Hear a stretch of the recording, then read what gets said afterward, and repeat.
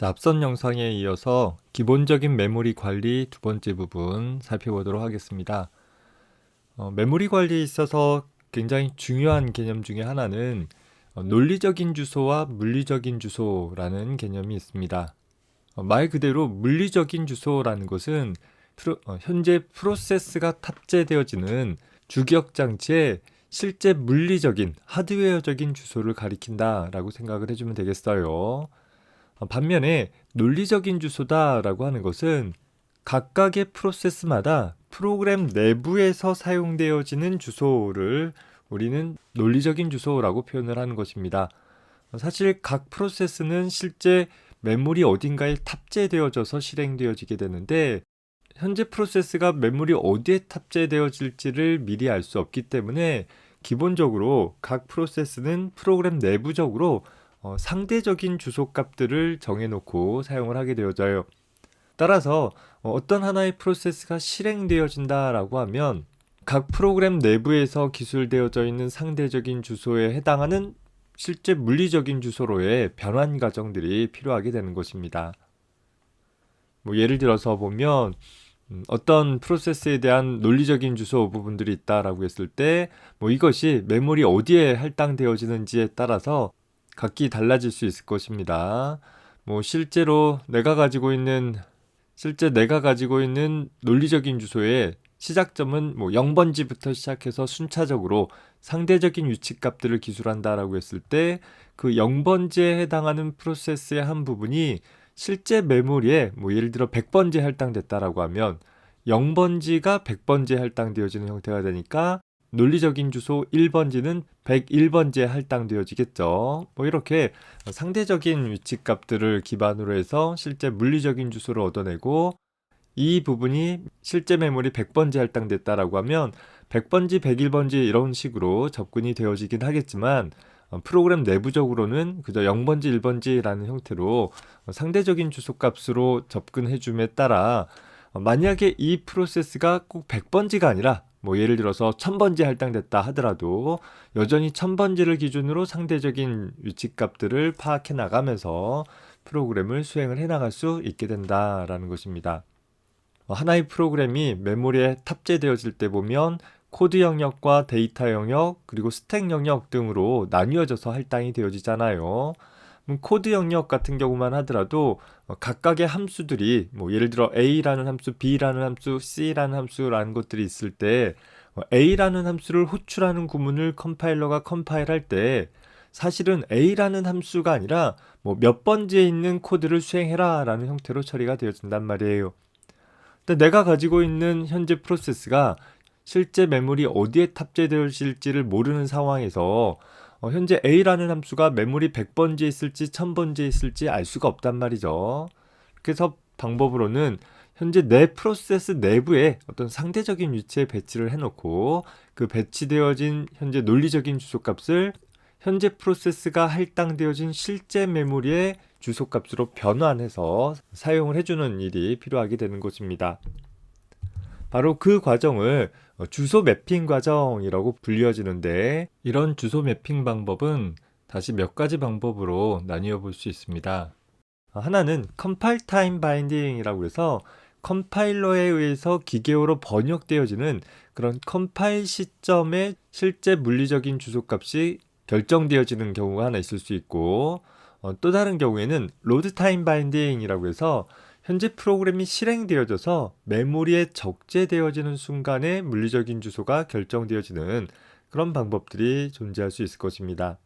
반면에 세 번째로 살펴보는 execution time binding이라는 것은 프로그램이 컴파일 되어지는 시점이나 혹은 프로그램이 메모리에 탑재되어지는 시점이 아니라 프로그램이 실행되어지는 시점에 바인딩 되어지는 그런 일들도 일어날 수 있을 것이에요.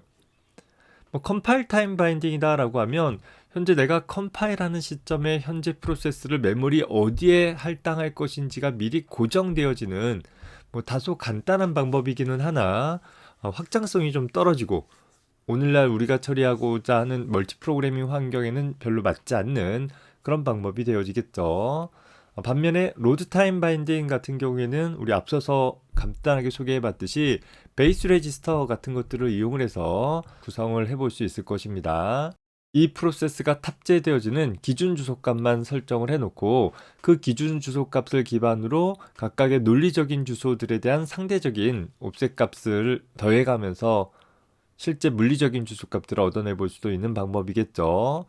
다만 세 번째 소개되어지는 execution time binding이라는 것은, 그러니까 실행 시간 바인딩이라는 것은 현재 프로그램이 메모리 어디에도 탑재되어질 수 있을 뿐더러 그 위치가 특정 공간으로 한정되어지지 않는다라는 측면에서 좀 다소 복잡한 그런 방법이기도 할 거예요.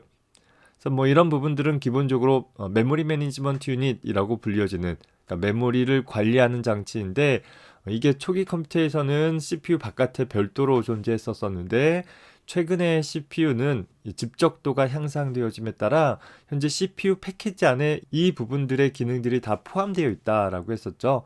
어떻게 보면 최근에는 CPU의 한 부분처럼 보여지기도 하는 부분이기는 해요.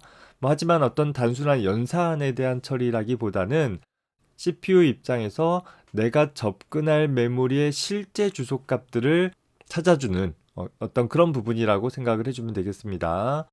일종의 매핑 테이블 같은 것들을 이용을 해가지고서 현재 접근하고자 하는 논리 주소에 대한 실제 물리적인 주소들을 변환해가지고서 접근을 해주게 되는 그런 방법입니다. 그래서 하나의 CPU 입장에서는 프로세스를 수행을 해가면서 현재 프로세스를 사용을 하면서 단지 상대적인 주소값을 가지고서 프로그램을 수행을 해 나가게 될 것인데, 그것이 CPU 패키지 내부에 있는 MMU에 의해서 적절하게 메모리를 어떻게 관리할 것인지에 따른 정책에 따라 현재 그 논리 주소에 해당하는 실제 물리 주소값을 찾아내주게 되는 것이고, 그 찾은 주소값을 통해서 실제 메모리를 접근하게 되어진다라고 하면 현재 프로세스의 내용이 메모리 어디에 탑재되어 있던지 간에, 혹은 수행하는 과정 중에 메모리 한쪽 부분에서 다른 쪽 부분으로 이동한다 하더라도 현재 프로세스에 대한 메모리를 어떻게 유지 관리하는지에 대한 정책에 따라서 적절하게 접근을 해 나갈 수 있을 것입니다. 자, 오늘 시간에는 이렇게 메모리의 프로세스를 할당하는 다양한 방법들에 대해서 한번 살펴보면서 각각은 어떤 특징들이 있고 그 특징을 기반해서 어떤 차이점들이 발생되어지는지, 또 어떤 방법들이 더 추가가 되어지는지들을 하나씩 살펴보도록 하겠습니다. 앞서 소개했던 MMU에 대해서만 간단하게 다시 살펴보면, MMU라 하면 논리적인 주소, 가상적인 주소라고도 불리우는 어떤 하나의 프로세스 내부적으로 사용되어지는 그런 논리적인 주소를 실제 현재 시스템의 주기억 장치의 물리적인 주소로 매핑해주는 CPU 패키지 안에 포함되어져 있는 어떤 한 부분이다라고 했었죠. 가장 간단하게는 릴로케이션 레지스터 같은 레지스터를 하나 두어서 일종의 베이스 레지스터 같은 것들을 하나 두어서 프로세스가 탑재되어질 메모리의 시작 주소 값을 저장을 해놓고 논리적인 주소에다가 그 릴로케이션 레지스터의 값을 더해줌으로써 현재 프로세스가 탑재되어진 실제 메모리 주소 값들을 얻어낼 수도 있다라는 것입니다.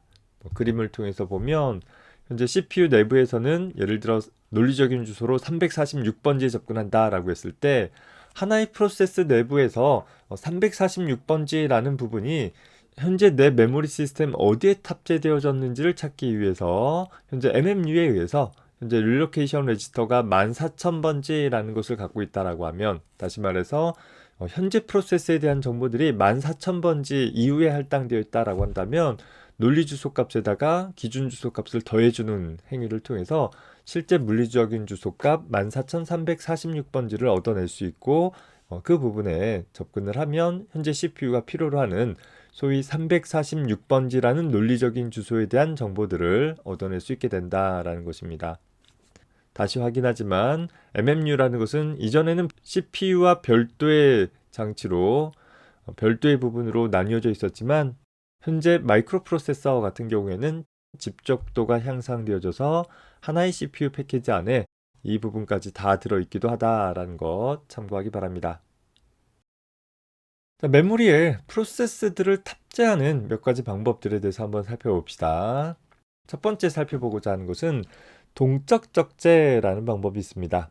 다이나믹 로딩이라는 방법인데, 현재 하나의 프로세스가 실행되어질 때 그 프로세스를 구성하고 있는 모든 부분들이 한 번에 메모리에 탑재되어지는 그런 단순한 방법은 하나의 프로그램을 수행을 하면서 모든 기능들을 다 사용하지 않는다라는 측면에서 본다라고 하면, 모든 루틴을 메모리에 다 적재하지 않고 당장 실행에 필요한 메인 루틴 위주로 메모리에 적재한 후에 나머지 부분들은 교체 가능한 형태로 디스크에 저장해 놓고 필요할 때 호출을 해서 사용을 할 수 있는 그런 방법을 생각을 해볼 수 있을 것입니다.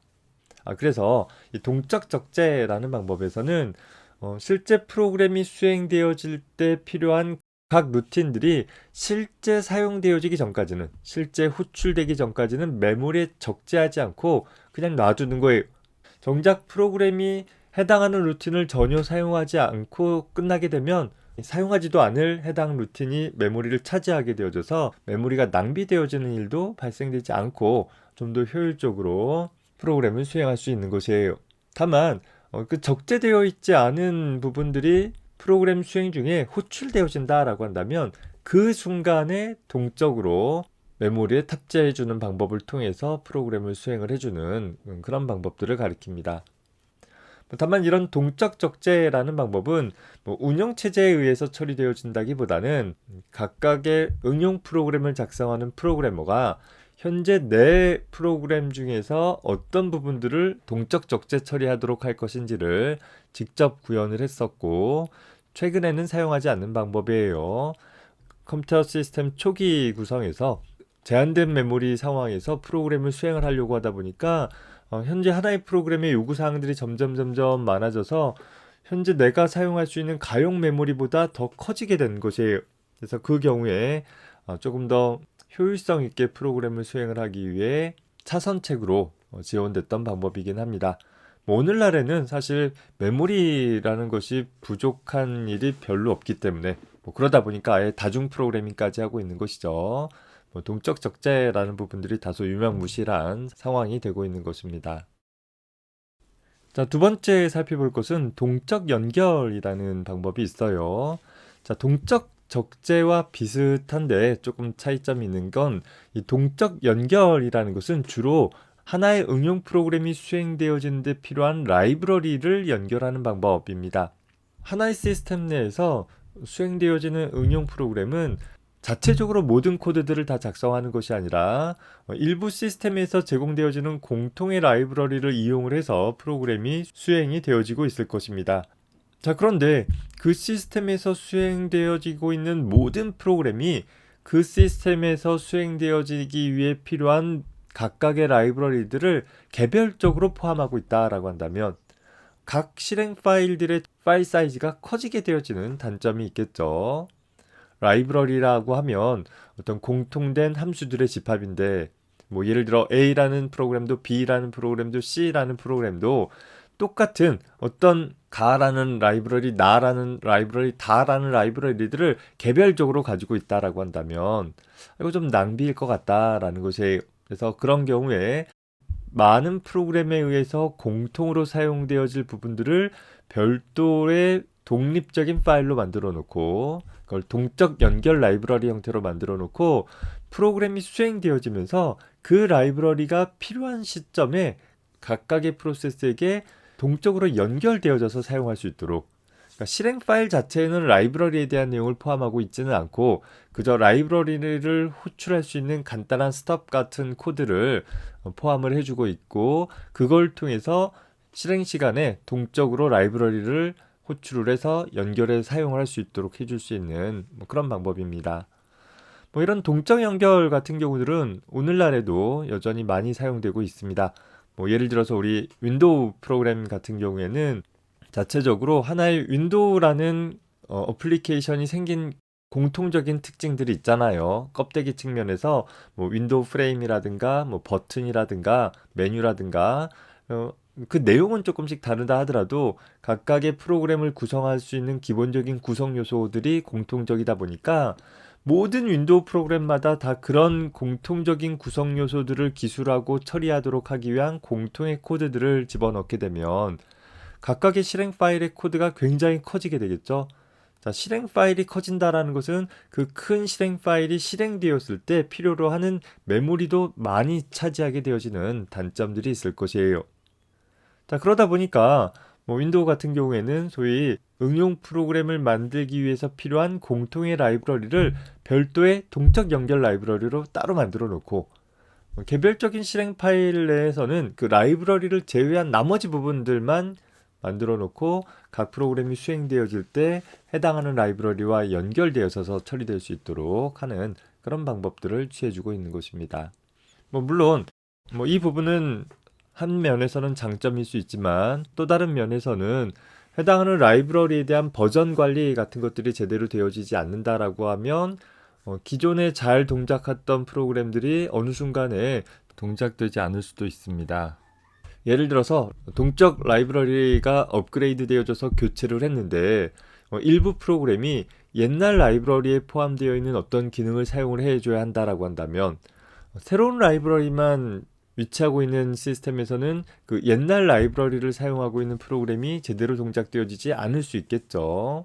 이러다 보면 하나의 시스템 내에 다양한 버전의 라이브러리들이 따로따로 저장되어져 있어야 하는 이런 좀 라이브러리들에 대한 관리의 어려움들이 생길 수도 있는 단점이 있기는 합니다. 자, 세 번째 살펴볼 것은 중첩이라는 방법인데 중첩, 오버레이라고 표현하기도 해요. 중첩이라는 방법은 일반적으로 실행하고자 하는 프로그램이 현재 사용할 수 있는 메모리보다 클 때 중첩 영역을 설정을 하고 프로그램의 일부 부분들을 중첩 영역을 통해서 교체해 가면서 사용을 하는 그런 방법입니다. 다시 말해서 어느 특정 시점에 꼭 그 순간에 필요한 명령과 데이터들만 메모리에 유지하고 당장 필요하지 않는 부분들은 메모리에서 빼버리는 방법을 통해서 현재 메모리보다 더 큰 프로세스를 수행할 수 있도록 해줄 수 있는 그런 방법을 가리킵니다. 초기 컴퓨팅 환경에서 본다라고 하면 내가 사용할 수 있는 가용 메모리보다 내가 실행하고자 하는 프로세스의 기능이 굉장히 많아서 훨씬 더 크다라고 한다면 그런 프로그램들을 수행을 하기 위해서 운영체제 차원에서는 특별한 지원이 없다 하더라도 프로그래머가 직접 중첩 기능들을 구현을 해줌으로써 소위 큰 규모의 내 프로그램이 수행되어지는 부분의 일부 부분들을 대체해서 사용을 할 수 있도록 해줄 수 있는 그런 방법인 것입니다. 예를 들어보면 프로그램을 컴파일하기 위해서 컴파일러 혹은 어셈블러 같은 경우들을 생각을 해보게 되면 컴파일러도 어셈블러도 보면 그냥 한 번에 다 기계어로 번역해주는 일만 수행하는 것이 아니라 두 단계에 나누어서 처리가 되어져요.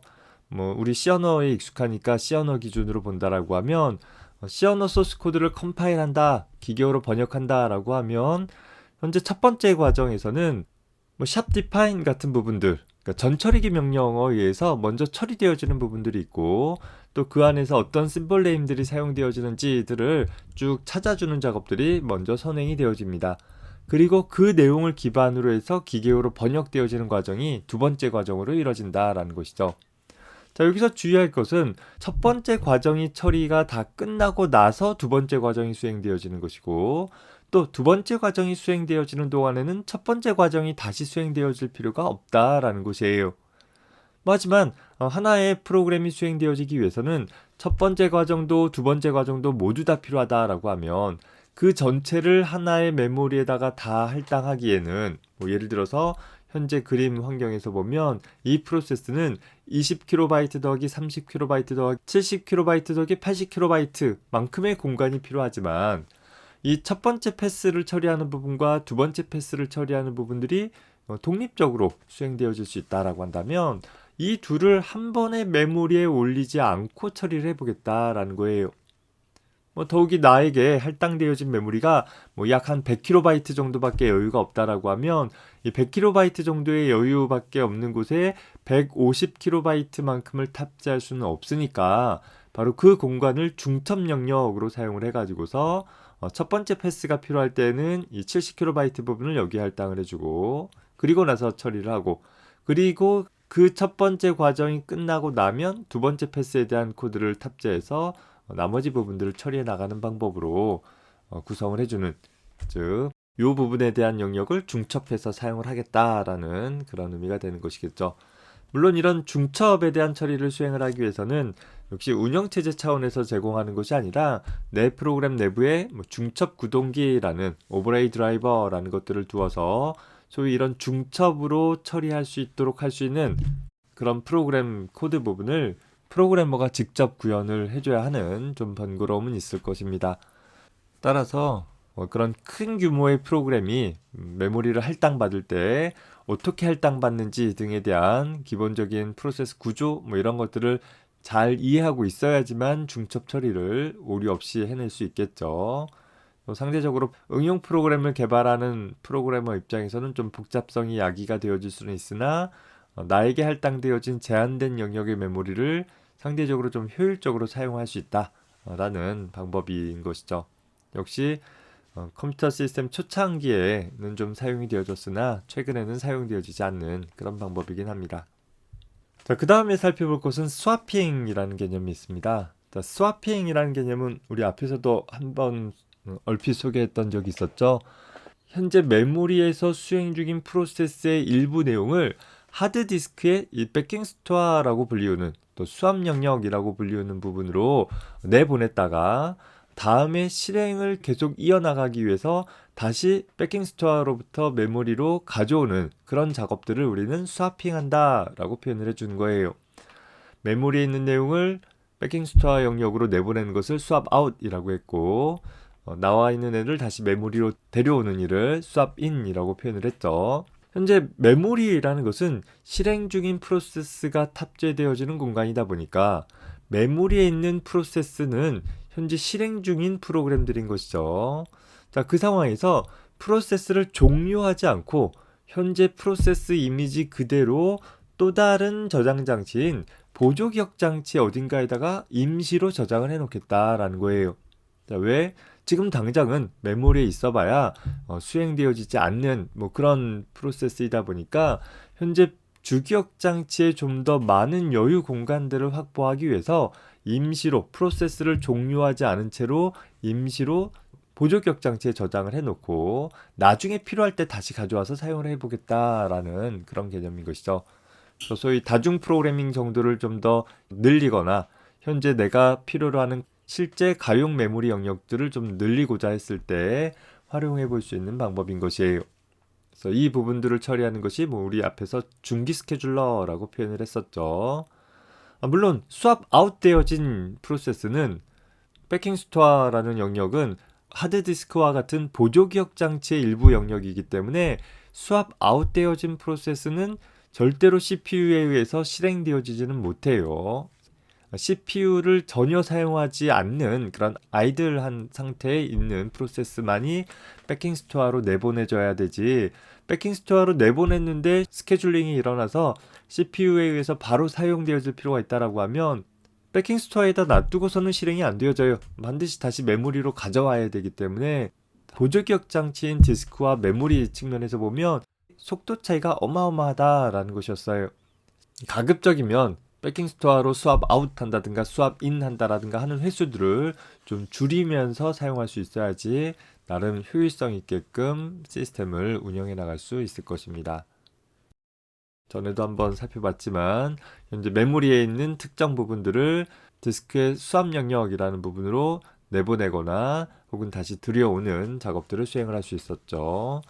현재 우리 윈도우 시스템에도 보면 아마도 C 드라이브 같은 데 보면 paging.sys라는 파일로 하나의 큰 파일이 만들어져 있기도 하는데 이 파일 내용이 수압 영역처럼 사용되어지는 파일이기도 해요. 혹은 리눅스나 유닉스 같은 시스템에서 보면 아예 별도의 파티션으로 이 수압 영역들을 한정을 해 주어서 좀 더 효율적으로 사용할 수 있도록 지정을 해 주기도 합니다.